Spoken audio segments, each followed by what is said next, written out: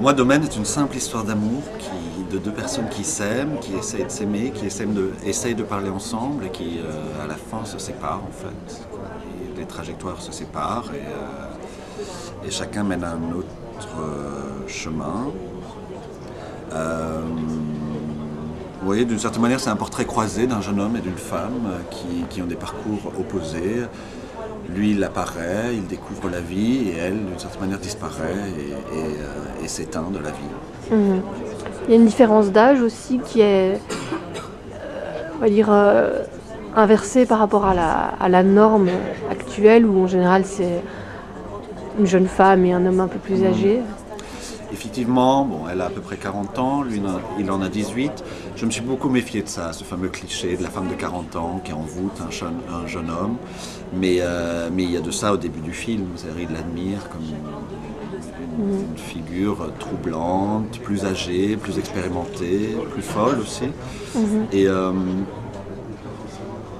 oui, ce rapport m'intéressait beaucoup, peut-être parce qu'au fond, la question de transmission m'intéresse beaucoup, même si c'est sur l'échec d'une transmission. C'est-à-dire qu'est-ce qu'elle peut lui transmettre, et en fait elle n'arrive pas à lui transmettre quelque chose parce qu'elle ne sait elle-même pas ce qui la concerne dans la vie, ce qui la préoccupe. Je ne sais pas si c'est très clair là, mais... Il faut voir le film pour comprendre un peu mieux, Voilà, mais en tout cas... En tout cas, elle parle beaucoup, elle est plus âgée. Et puis alors pourquoi l'intervention des mathématiques comme l'intervention des mathématiques, donc forme d'explication de l'univers, on va dire ouais. Je suis évidemment pas mathématicien, même si j'étais très mauvais. Il était important que Nadia, donc le personnage interprété par Béatrice Dalle, ne fasse rien dans le film, c'est-à-dire que tout soit un peu passé, c'est-à-dire qu'elle n'ait plus d'activité au présent. Ça me touche beaucoup, c'est-à-dire comment quelqu'un s'occupe qui ne fait plus rien presque, mais il reste la trace des mathématiques. Alors je l'ai compris très tard qu'il fallait ces mathématiques, et j'ai rencontré pas mal de mathématiciens, je me suis intéressé à Kurt Gödel et son théorème de l'incomplétude, mais ce n'est en rien une explication du film, et même je me suis permis une grande liberté avec ça. Ce qui m'intéresse avec Kurt Gödel, c'est quelque part la place qu'il occupe aussi dans l'histoire des mathématiques. C'est-à-dire avec son théorème, il a détruit d'une certaine manière toute une croyance dans des mathématiques absolues du 19e siècle. Et il a mis, on peut le dire, du doute là-dedans. C'est-à-dire il y a des choses qu'on ne saura jamais. Et quelque part, c'est un peu le parcours de Nadia. C'est-à-dire quelqu'un qui croit maîtriser le monde, qui le définit presque comme un metteur en scène un peu dictatorial. Oui, et d'ailleurs qui, en se promenant dans le parc, etc., fait des réflexions sur le désordre qu'il y a autour d'elle, qui ne fonctionne pas comme elle le voudrait. Et elle dit même très clairement, la beauté réside dans l'ordre. Ouais. Et au fond, elle se perd dans cette croyance, c'est-à-dire elle s'est trompée.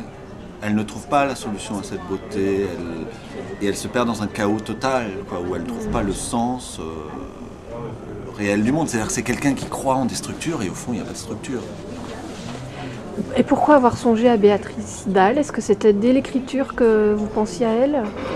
Tout à fait. Je l'ai écrit en pensant à elle, sans la connaître personnellement, évidemment.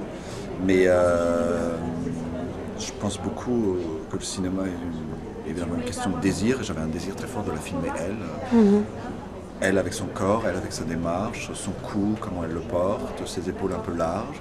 Et j'avais envie de filmer ce corps, donc je l'ai écrit pour elle. Et ce n'est en rien une idée d'emploi ou de contre-emploi. Je ne vois pas bien ni l'un ni l'autre. J'avais un désir de la filmer elle, et je pressentais peut-être qu'il y avait un lien entre Nadia et cette douceur et cette violence qui caractérise un peu Béatrice, ce mélange-là. Ouais. Et puis j'avais très très envie de voir Béatrice Dalle parler. J'allais justement te demander, les dialogues sont assez, c'est pas péjoratif ce que je vais dire, mais ils sont assez littéraires, sont assez difficiles pour un comédien à interpréter de manière naturelle. Ouais. Comment elle s'est confrontée au scénario? Est-ce qu'elle a dit oui tout de suite? Qu'est-ce qui l'a intéressée dans ce rôle? On reviendra au dialogue tout à l'heure. Okay. Mais elle a dit oui tout de suite sans lire le scénario. Elle ne lit pas tellement les scénarios. Et c'était une rencontre qu'on a eue, et très vite, même je crois en 15 minutes, elle m'a dit oui. Et je crois Elle a tout à fait raison dans ça, c'est-à-dire elle comprend que le cinéma n'est pas qu'un scénario qu'on met en image, mais que c'est bien un rapport avec un réalisateur de ce dont il s'agit. Et donc, là, elle... 2 secondes, excuse-moi.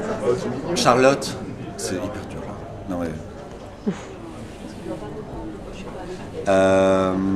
Tu couperas ça. Ouais. Qu'est-ce que je voulais dire? Oui, donc elle ne croit pas, parce que la plupart des films de nos jours sont financés sur le scénario, et elle comprend intimement que c'est pas le scénario qui fera le film.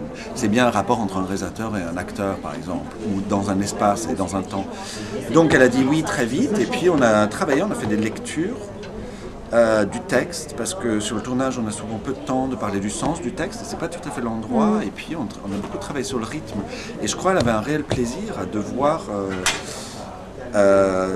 se saisir de ce texte qui est effectivement compliqué, qui est écrit.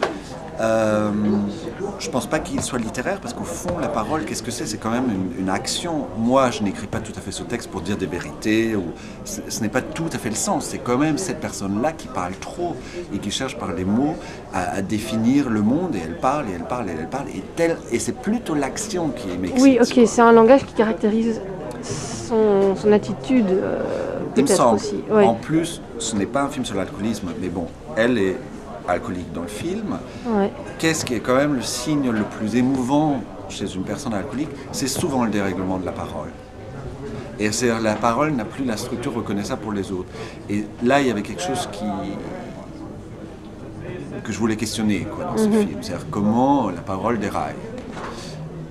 Et donc ce flow, et on n'a pas tellement vu Béatrice Dalle parler dans les films. On l'a pas tellement vu parler dans les films, et je sentais que j'avais avec sa bouche, son profil, envie énormément de l'avoir parlé. Ok. Pour revenir à toi, tu es d'origine autrichienne. Je suis autrichien, Et d'origine libanaise. Ah ok, ça c'est intéressant. Je suis né en Autriche, mais D'origine libanaise. ma mère est hongroise et mon père est libanais. Et tu as vécu à Bruxelles, vu que tu as fait l'INSAS, Ouais. c'est ça? Et maintenant tu vis où? À Paris? Paris. À Bruxelles, Paris. Ok. Et tu es content de tes études à l'INSAS? Oui, totalement. Tout à fait. Tout à fait. Qu'est-ce que tu retiens? Qu'est-ce que je retiens? C'est des rencontres avec d'autres étudiants, surtout. Mes premiers films, je les ai faits avec des amis de l'INSAS, et c'est quoi une école de cinéma où au fond c'est un endroit où il y a un dialogue possible avec d'autres qui ont des préoccupations proches ou lointaines, mais c'est un lieu de dialogue. Et avant ça, j'avais fait des études de stylisme de mode aux Arts Appliqués à Paris, même j'ai travaillé comme styliste. C'était autre chose, mais on a beaucoup ri à Bruxelles. Non, on a beaucoup ri à notre école de cinéma. C'est ça que je retiens. Ouais, c'est une école qui fonctionne très fort dans un esprit je vais pas dire de troupe, mais oui, je crois qu'il y a beaucoup de... Je faisais pas partie d'une troupe, hein. Je sais pas. Non, mais c'est peut-être pas pareil pour les réalisateurs, mais je sais que pour les comédiens, en tout cas, ils veillent à ce que... Ouais. À ce qu'il y ait vraiment une cohésion entre les étudiants. Oui, voilà. Non, là c'était différent, il y avait quand même des très fortes personnalités. Mais je pense qu'il y avait un vrai dialogue, en tout cas avec certaines personnes, et même qui continue encore. Quoi, ouais. Et même là, sur le film, il y a des personnes que j'ai rencontrées à l'INSAS qui ont travaillé avec moi. Donc... Ouais. C'est un film qui a été produit avec peu de moyens ou Correct. Correct. C'est une coproduction franco-autrichienne, donc c'est pas qu'un film français. J'aime énormément tourner en Autriche, même si j'y vis pas, mais j'ai besoin d'y tourner. Donc oui, c'est une coproduction. Plutôt correcte, ouais. Très bien. Et est-ce que tu vas poursuivre donc avec un deuxième long métrage et la même équipe Je ne sais pas encore avec quelle équipe je travaille, mais en ce moment, oui, je suis en écriture et en préparation d'un film de guerre et d'amour que je veux tourner au Liban et en France. Le Liban maintenant, c'est bien, j'allais justement te demander. Ok. Ouais, je crois, bon, c'est totalement intuitif, mais je crois que j'ai pas encore fait un film, même dans mes courts-métrages, il y a toujours deux, donc il y a deux pays, deux personnes, il y a une sorte d'affrontement entre deux choses. Et donc, ouais, là, ça va être le Liban. Très bien. Ben, je suis curieuse de voir ça et j'espère que ton film... est-ce qu'il a déjà un distributeur? Est-ce qu'il va Ouais, il sortir en sort France? le 7 avril. Le 7 avril, en France. ok. Bon. Et puis en avril, il sort en Autriche aussi. Ok. Et en Belgique? Peut-être. C'est en cours de discussion. Je n'ai